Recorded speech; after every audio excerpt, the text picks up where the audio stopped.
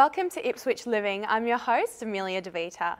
This week on the show, we explore the rural Division 10 of Ipswich, which covers everything from Walloon through to Rosewood, all the way out to Grantchester. We discovered some amazing tourist attractions hiding in our own backyard, with everything from wine and poetry to model trains and drag racing. Division 10 holds so much to see and do, but first, let's head out to Rosewood for a quick chat with Division Councillor David Palkey. Division 10 contains many of the rural townships of Ipswich, including the small country town of Rosewood, which maintains its outback charm with its many historical buildings and landmarks. We spoke to Division Councillor David Palkey about some of the challenges that come with being the councillor for what are essentially rural townships. That is just the challenge. I'm a rural councillor in a city-based council. So my division's about 70% of the area of council, but only 10% of the electors. So when I go in crying about gravel roads, no one's listening sometimes because the city councils don't have gravel roads. My growth's about 2 to 3% per annum. Most of my growth will be along the Rosewood to Caravan Rail corridor. Pine Mountain has got a bit of growth going on, so large block residential areas. And in Yamanto, because also, as well as doing country, townships and rural areas, I have a touch of Ipswich Central, which is Yamanto. There's about 1,000 blocks in there being developed at the moment. At Rosewood went through its own town planning consultation about 8 years ago, and one thing that came through loud and strong out of that, they wanted the main street. Where else can you, the only other place where you can walk down the main street on a Saturday morning and see people you know and relate to people is a shopping centre. And it's one of the few places left in this city where you have a main street facade, a focus point for communities, and that is protected in our town plan. $1.2 million facelift on the main street in Rosewood, which includes the underground powering of all the power lines, which is $800,000, and it includes $400,000 to $500,000 of revamping the entire main street on one side to take care of optic fibre cables. We want to put 3 cameras in the main street, fix up all our water lines, a whole range of things. So while we've got the top of our footpath, that's what we propose to do. You normally don't think of tourism and Ipswich in the same vein, but they certainly do exist. $100 million a year it's worth to us, our studies show, and most of those dollars comes from friends and relatives visiting Ipswich. So our locals are our best advocates to tell people what's here. And we've got some outstanding facilities here, like the V8s, the drags. We've got a national award-winning North Ipswich Railway Workshops that is based in North Ipswich. But so much to see and do, and we're actually putting together a 101 things to do in Ipswich right now as part of our marketing campaign. Look, I know tourism is hurting all over Queensland at the moment, all over Australia, because of the global financial crisis and I suppose the aftermath of the floods in Queensland. But look, it'll bounce back, and we are closely working with our tourism operators right now. I often describe Rosewood as a little bit of a time warp, a step back in time, because it's your typical Australian country town, and there are some real gems out here. Only 200 metres in a straight line from where we're sitting is the second wooden church in the Southern Hemisphere, called St Bridget's, built in 1910, just celebrated its centenary. We have the model steam railway at Grantchester. We have the oldest railway station in Queensland at Grantchester, the oldest railway dam. We have a full-blown train museum just only 10 minutes from here. So there's a whole range of things, plus Baby's Balloon, Henry Lawson at Balloon, so I can just keep rattling off things. Spices, Hidden Vale, the tourist resort. There's just so much in 700 square kilometres in my area to see and do.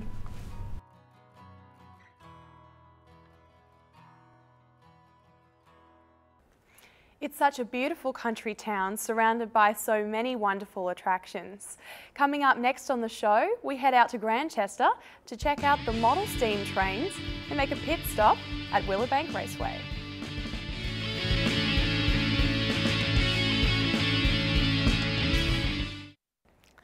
Welcome back. Ipswich is one of the oldest towns in Queensland and is home to many historic landmarks.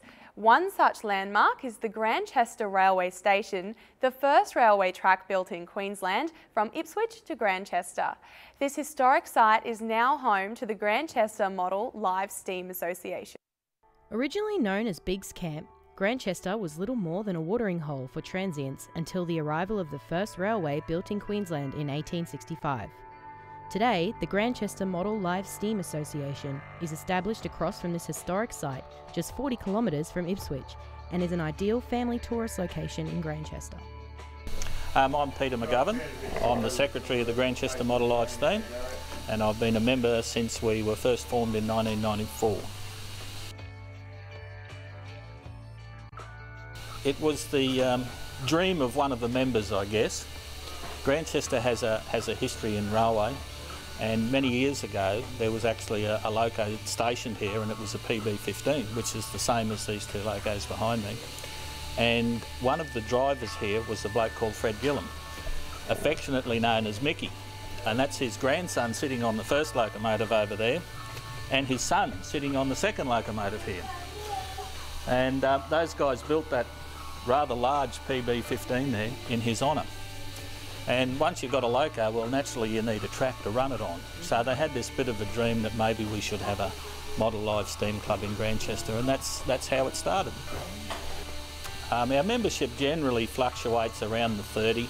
We generally have about 30 members. It goes up and down a little bit, and at the moment it's at around about 22. We have two main days every month.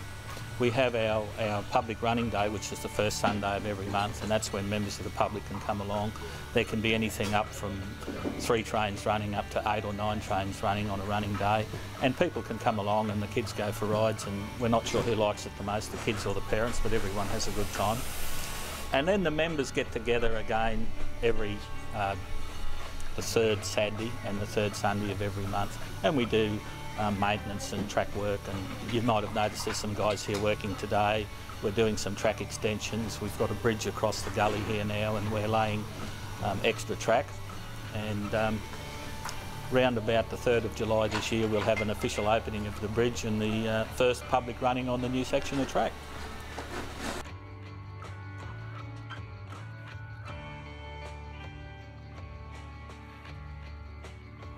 I guess some of the older visitors to the club do come for the history, and you quite often find that there will be people here with their grandkids, and they'll be interested in the history of the area. And it's quite amazing the number of old railway people who turn up just to have a look around, and quite often you'll find people turn up here and they'll tell you that they worked at Grantchester many years ago in the railway, and they remember the place. But mainly I think people come to entertain the kids. We seem to be getting busier every time we run. I suppose if I go back a few years, sometimes we'd turn up and we nearly had the members of the public outnumbered, but the longer we've been here, more people have become familiar with us. We have regulars that wait for us to run. They know better than we do when we're running, and they turn up every running day. But we're getting quite popular support these days. Nearly every day is a big day for us. We all pay a membership fee, and that covers our insurance costs. But when people come to ride on the day, they give a donation, which is usually a gold coin donation to ride the trains.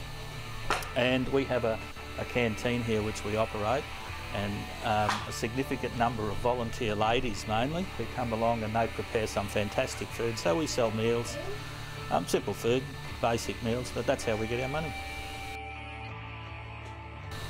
Survival and growth. As you can see here, we've got a fair bit of land here, and it's leased from the Ipswich City Council. We had a lot of support from our local councillor to get access to this piece of land. We've just completed a bridge. Well, the bridge was completed 12 months ago, and we've just finished laying the track, or in the process of finished laying the track across. And there's a fair bit more land over there, so we've got plans to expand the track even more over the next few years. We've got plans for tunnels and more bridges, and generally just grow the railway experience, I guess, and try and link it to the history of the area.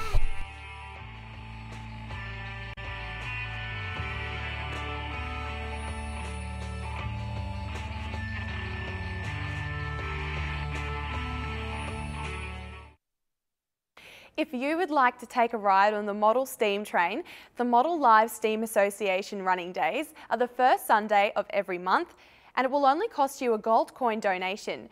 The track is located at 2 Ipswich Street, Grantchester, and for more information head to www.gmlsa.com.au. If the slow and steady steam trains aren't really your thing, maybe you'd prefer the fast-paced action of drag races and muscle cars. The Willowbank Winter Nationals is one of Australia's biggest and most exciting events, held just around the corner at Willowbank. This intense 4-day exhibition of loud, fast fun is happening soon at our very own International Standard Raceway.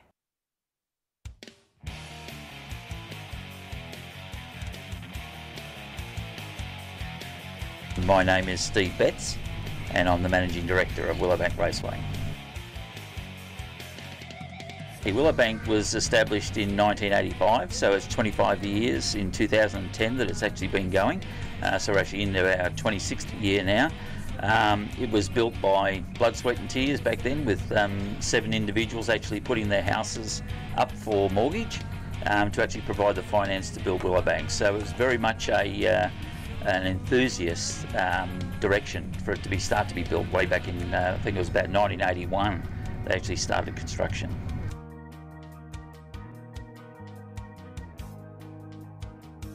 Willowbank Raceway is unquestionably an international standard drag strip. There are standards which we must comply to here in Australia, but we also meet the same international regulations that exist for the sport right throughout the world. The home of drag racing is in the United States of America. It's huge over there. The numbers, of spectators are telephone numbers, and the track numbers are huge. In Australia, we have 3 major international standard tracks. There are more coming on board all the time, but this track complies in every way, shape and form that it has to for all the international safety standards right across the board, including the length of the track, the braking area, the safety barriers, where we have the spectators positioned. It's all absolute international standards, so it's a current state-of-the-art drag strip. The biggest event that happens at Willowbank Raceway is the Castrol Edge Winter Nationals, which is now only 2 weeks away. This event is the largest drag racing event outside the USA. There is no doubt about that. It's the biggest in the world other than what happens in the US. We have 514 competitors coming from all over Australia, New Zealand, and we in fact confirmed on Friday that we even have a top fuel driver, Corey McLenathan, coming from the USA. This event is spectacular. It runs for 4 days. It has a crowd attendance of about 40,000 people over the 4 days. So it is unquestionably the biggest drag racing event that the country sees. Over that 4 days you'll see national records broken, you'll see international standards challenged by the competitors. They come here at the most ideal time for drag racing as far as weather condition. Weather and air temperature and humidity and all that sort of stuff has a major control over the cars and their performance. We prepare one of the best track surfaces in the business, so we are expecting absolute international standard performances without doubt at this weekend.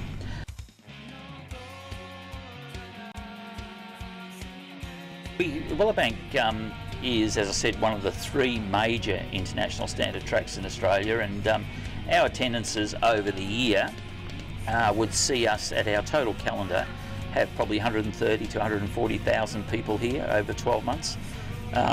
So that's a very big number, and a lot of people coming through the gate. It's a very popular sport and it's growing every year. The numbers grow up. But we do have some enormous plans and we need some government assistance to actually make those plans come to fruition. And when I say government assistance, we certainly hope we can get some support from state government for this, because in Sydney a brand new track was built at a cost of $35 million. A brand new track was built in Perth with government support at a cost of $25 million. So Willowbank needs to raise its standards and bring this facility up to those brand new facilities type standards. And some of the things that we want to do, we want to put shade sails over the top of the grandstand, shade sails on the spectator mound. We need to introduce new lighting in the facility to make it even better and safer for the public and the racers. We want to expand into the southern area of land here, because all this land here is owned by the Ipswich City Council, and there is an opportunity for us to expand to the south very shortly. We need that to happen so we can expand all the pit areas, because the top end of the sport, which is what we call the Group 1 level, where all the major cars and the major competitors are, they're getting bigger and bigger all the time. Their trucks are getting bigger, their cars and teams are getting bigger, so we need more area. So that's part of our expansion. It's about a $12 million expansion plan that hopefully will happen over the next 5 years. When you think about the numbers that we bring into this environment or into this city, and we talk, 140,000 people annually coming to this racetrack. At the really big events, of course, like the Winter Nationals, there's an enormous amount of those people who come from interstate, overseas. So accommodation, food and drink and petrol and all that sort of stuff happens. Accommodation, caravan parks, motels, hotels, whatever they are, all do very well when events happen like the Winter Nationals at Willowbank Raceway. We conservatively estimate the economic impact at the Winter Nationals probably in the vicinity of $6 to $8 million every year into this area. So annually, our effect probably on the whole calendar would have to be somewhere close to $20 million economic impact into this area, without a doubt.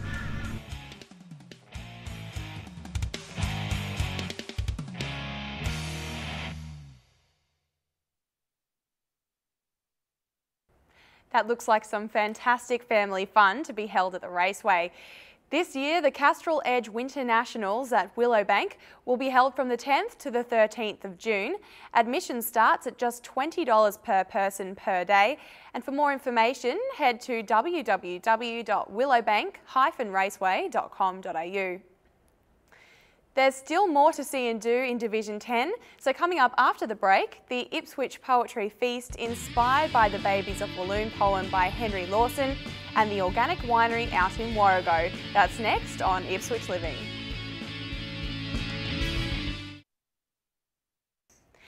Welcome back to the show. Henry Lawson is one of Australia's most famous poets. His poem, The Babies of Walloon, was the inspiration for the Ipswich Poetry Feast competition held each year at Henry Lawson Park.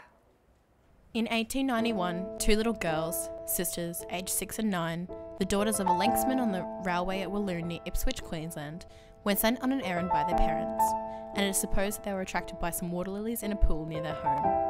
They were found drowned in 6 feet of water.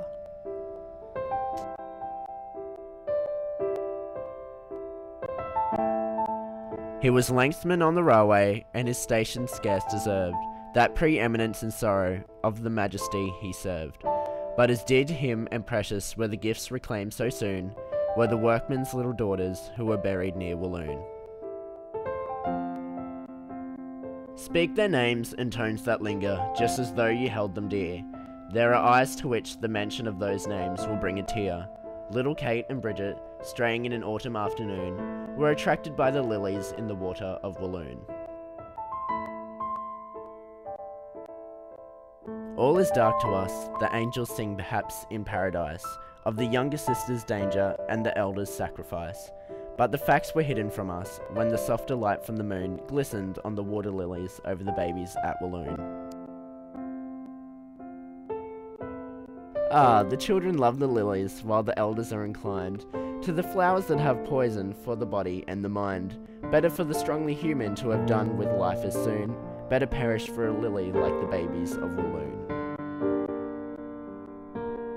For they gather flowers early on the river far away, where the everlasting lilies keep their purity for the air. And while summer brings their lilies to the run of the lagoon, may our children keep the legend of the babies of Walloon. Such a tragically beautiful poem. Unfortunately, this year's competition entries have already been submitted, but the 2011 Ipswich Poetry Feast Awards presentation is happening on Friday, the 21st of October at the Metro Hotel in Ipswich. Bookings are essential, and for more information, you can email Ipswich Poetry Feast at ipswich.qld.gov.au or call 3810 6755. If you're a fan of fine wine and friendly atmosphere, you are going to love the Warrego Winery. It's Queensland's only organic winery with the gorgeous cellar door cafe out front and self-contained vineyard out back. The winery is located near the historic township of Marburg, part of one of Queensland's newest wine regions, the Scenic Rim.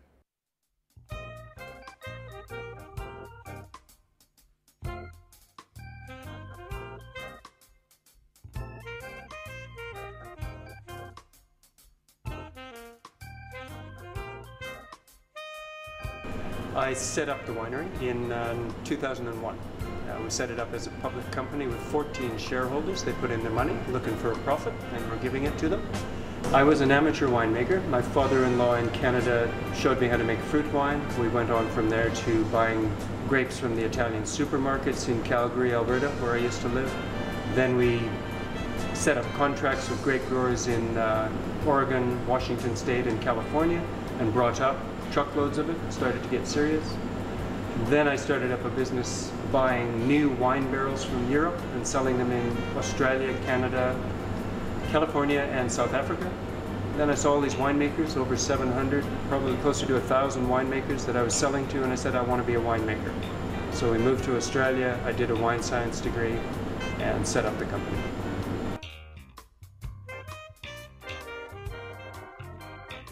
I set it up to be the chief winemaker, and I did that for the first 4 years. Then my business manager retired, and I took over that position, looking after the business, greeting people, pouring drinks here at Cellar Door, although I still oversee the winemaking. Queensland makes about 2% of the wine in Australia, so Queensland is fairly significant. About the same size as Tasmania. Actually, we overtook Tasmania as a state last year.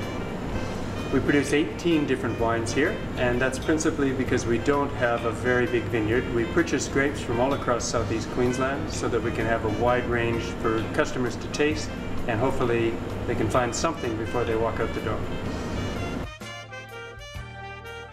The 10 years we've been in operation, I've been asked twice, what awards have you won? So we figured, why are we spending thousands of dollars a year doing wine show entries, giving away free wine to the wine shows? We've also found that our customers really don't care the answer to that question. We do enter one show, and that's the Queensland Wine Awards, which is for Queensland wineries only. In a bottle shop situation, it's advantageous to have an award because someone's got so many to choose from. So how do they make the decision if they don't know any of them? So you grab one, the one with the medal, if it's the same price. But in this case, we have a captive audience. They came here because they want to buy our wine. All we have to do is not screw up. That's it.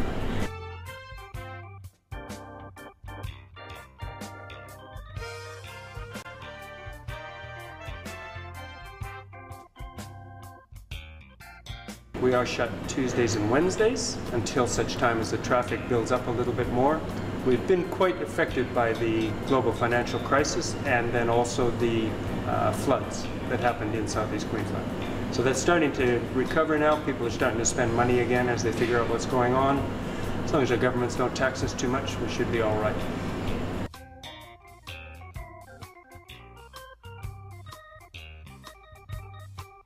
Birthday parties, anniversaries, weddings. We've even had a funeral ceremony, Christmas staff breakups, anything you like.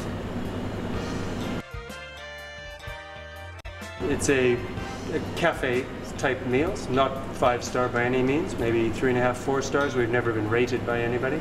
All home cooked right here on the premise from fresh ingredients. We don't buy deep fried frozen stuff from wholesalers.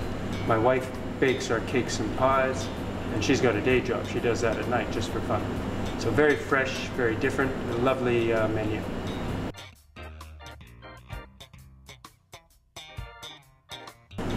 Wine industry in the region as well as in Australia is undergoing a bit of a shake-up at the moment because there still is too much wine in Australia and in the world. So it's going to be a couple of years of hard times for a lot of people. Those who don't understand they're in the tourism business are going to be the ones who disappear from the industry. It's going to be hard work. We're diversifying into quite a number of other things, getting into weddings in a major way, and that's what that photograph is all about. We're also getting more into music festivals here, because of course if people come and listen to music on a Saturday and want to get a bit pissy, well, we've got the product. The closeness of it to Brisbane and the Gold Coast is a really key thing in this business. We set it up here because of that. We didn't set it up here because this is the world's best place to grow grapes. We're close to our market.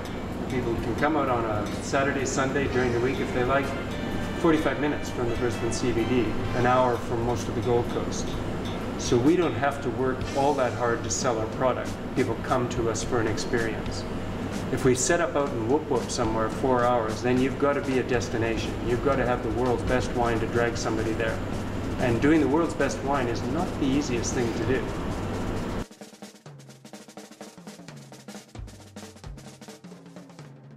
We are in the tourism business, we're not in the wine business. We have a lot of visitation by people coming to visit their relatives who live in Ipswich and the surrounding area here. That's our biggest market, is tourism. The second biggest market is our Sunday lunches, Saturday out in the garden. People come for a relaxation experience. They don't come here to buy the world's finest wine necessarily. They want to have good quality, they want to have good service, and they want to have a lovely experience. They take home a few souvenirs with them. That's the bottles of wine.